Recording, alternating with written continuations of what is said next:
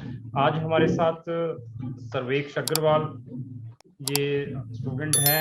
इन्होंने हमारी services higher की थी। ये एक सक्सेस स्टोरी है, उसके बारे में हम डिस्कस करेंगे। तो इनका रिसेंटली किसी कंट्री का स्टूडेंट वीज़ा अप्रूव हुआ है। इनसे पूछेंगे कौन सी कंट्री का वीज़ा अप्रूव हुआ है, इनकी जो जर्नी है हमारे साथ कैसी रही है, ये सारी की सारी डिस्कशन रहेगी। सबसे पहले सर्वेक्ष अग्रवाल जी, आपका मैं स्वागत करता हूं अपनी इस यूम मीटिंग में, और हेलो मेरी सर। तरफ से आपको नमस्कार है। Hello sir. तो सर्वेक्ष जी, सबसे पहले जो आम क्वेश्चन पूछा जाता है पब्लिक से, वो आपसे भी पूछा जाएगा कि आपने क्राउन इमिग्रेशन को कहाँ से फाइंड आउट किया है और कहाँ के रहने वाले हैं आप? सर मैं कैथल हरियाणा का रहने वाला हूँ और क्राउन इमिग्रेशन मुझे मेरे फादर ने सजेस्ट किया था यूट्यूब वीडियोस देख के, ठीक है। जो आपकी सक्सेस स्टोरीज आती है उनके रिगार्डिंग। तो आपने भी कभी हमारी कोई वीडियोस देखी आज तक? जी सर, मैंने आपकी काफी वीडियोस देखी है, जर्मनी की और यूरोप की, जो भी आप फ्री एजुकेशन की वीडियो डालते हैं उसकी ठीक सर। ठीक ठीक। तो ऐसे है कि ये सर्वेक्ष अग्रवाल जी का रिसेंटली कौन सी कंट्री का रेजिडेंसी कार्ड अप्रूव हुआ है स्टूडेंट का? फिनलैंड का सर। हाँ, फिनलैंड का। ठीक है। तो ऐसे है कि ये जो लड़का है सर्वेक्ष अग्रवाल, हरियाणा कैथल का रहने वाला है। ये हमसे आई थिंक 1.5 या 2 साल से टच में है जी। इसने अपना जो हम केस जो रजिस्टर्ड करवाया था हमसे, वो जर्मनी के लिए रजिस्टर्ड करवाया था। बैचलर डिग्री वहाँ की पब्लिक यूनिवर्सिटीज में करने के लिए जाना था, बट ड्यू टू कोविड के कारण आगे एप्लीकेशन एम्बेसी तक नहीं जा पाई। वहाँ से एडमिशन इसका आ गया था, लेकिन एम्बेसी तक इसकी फाइल हम नहीं पहुँचा पाए due to visa appointment. Bachelor की काफ़ी तंगी आ रही है, और हर एक वीडियोज़ में अभी भी मेरी लेटेस्ट वीडियो जर्मन से रिलेटेड देखेंगे, उसमें भी मैं यही बार बार सब बच्चों को रिकमेंड कर रहा हूँ कि आप जर्मनी के ऊपर बैचलर, स्पेशली जिन बच्चों का एडमिशन आ चुका है, जहाँ बैचलर में एडमिशन लेना है, उनको तो मैं स्ट्रेट फॉरवर्ड यही कहूँगा कि वो अनदर कंट्रीज में चले जाएं।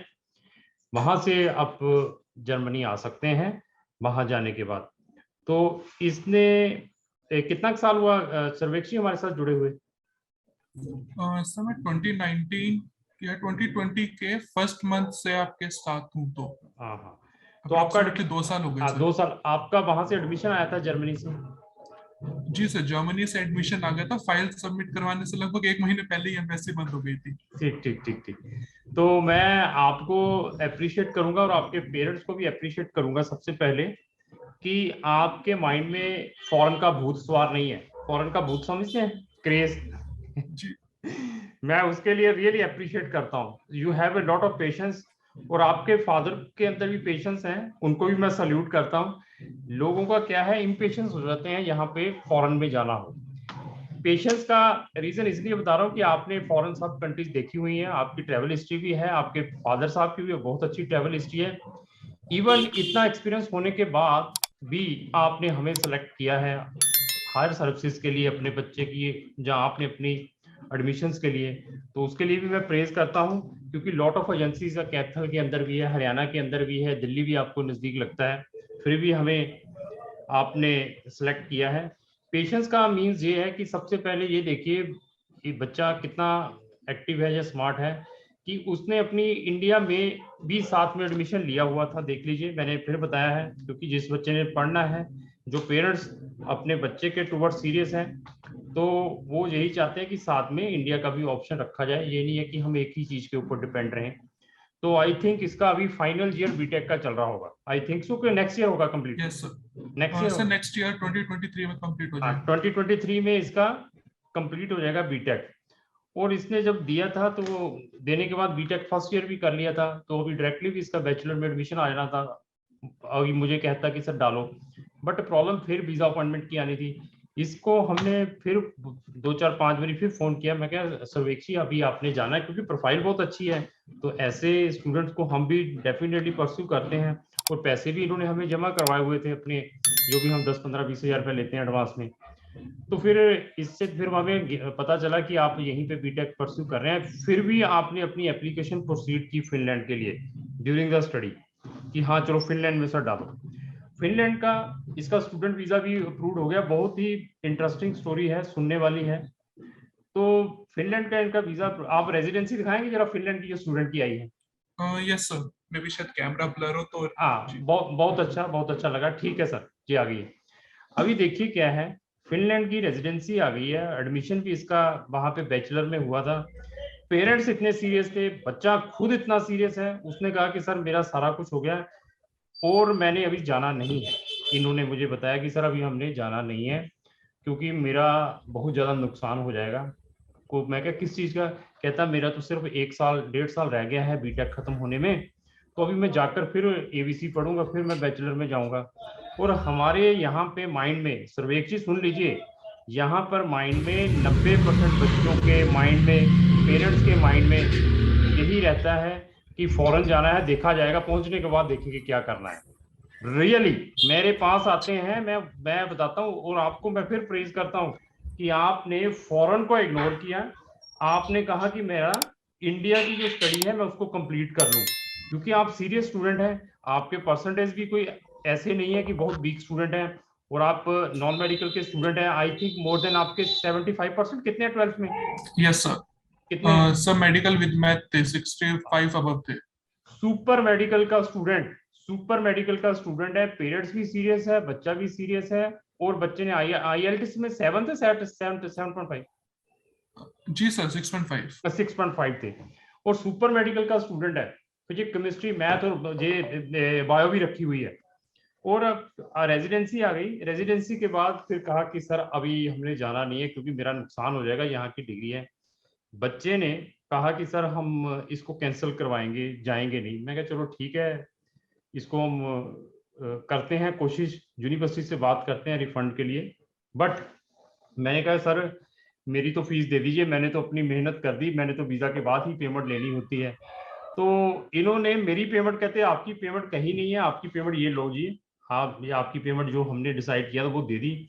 देने के बाद अपने लेवल पर इसने यूनिवर्सिटीज में अप्रोच करके अपना यूनिवर्सिटी से रिफंड ले लिया पूरे का पूरा, कि सर मेरी, इनको थोड़ी सी टेक्निकल प्रॉब्लम भी थी सर्वेक्ष को, एक तो ये था कि फिजिकली हेल्थ का भी प्रॉब्लम चल रहा है इसका, तो साथ में इसकी बीटेक है, तो इसने वहां से अपना रिफंड ले लिया, हमारी फीस हमें दे दी।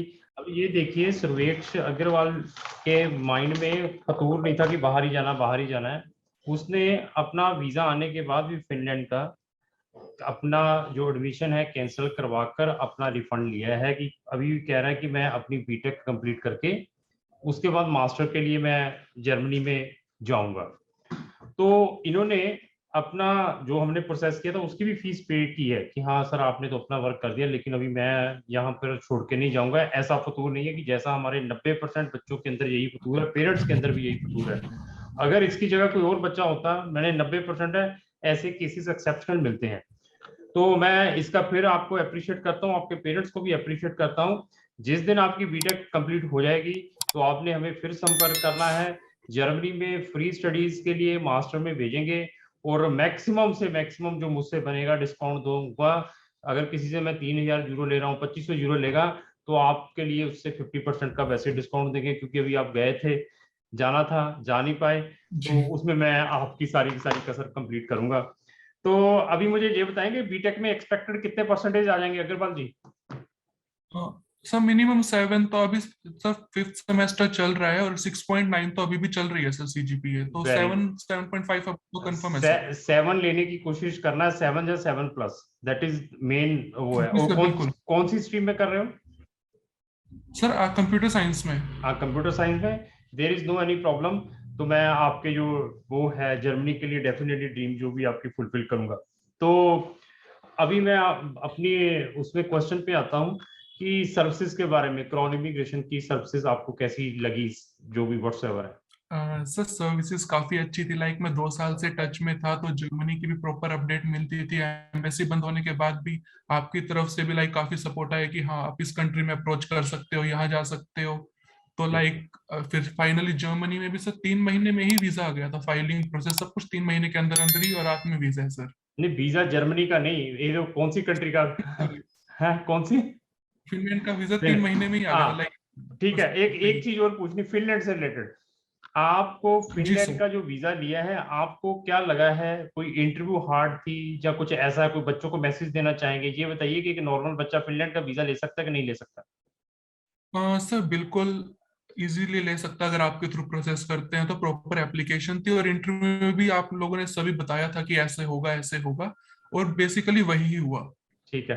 कोई वीजा अपॉइंटमेंट में कोई दिक्कत आई हुई जो आपकी फिनलैंड की थी, वो किसने लेकर दी, खुद ही ली थी, या हमने लेकर दी थी सारा कुछ? सर आप लोगों ने ही लेके दी थी, कोई इशू नहीं आया, साथ के साथ ही डेट मिल गई थी फाइल तैयार होते ही। ठीक ठीक ठीक। तो बहुत अच्छा लगा आपसे ये बात करके। तो फिर भी अगर आपके कोई फ्रेंड्स को या आपके किसी भी घर के फैमिली मेंबर्स को किसी भी कंट्री के वीजा की रिक्वायरमेंट रहेगी तो मैं मैक्सिमम हेल्प करूंगा। ठीक है sir. Sure sir. Thank you Sarvesh ji, thank you, धन्यवाद। Thank thank you you. So much sir.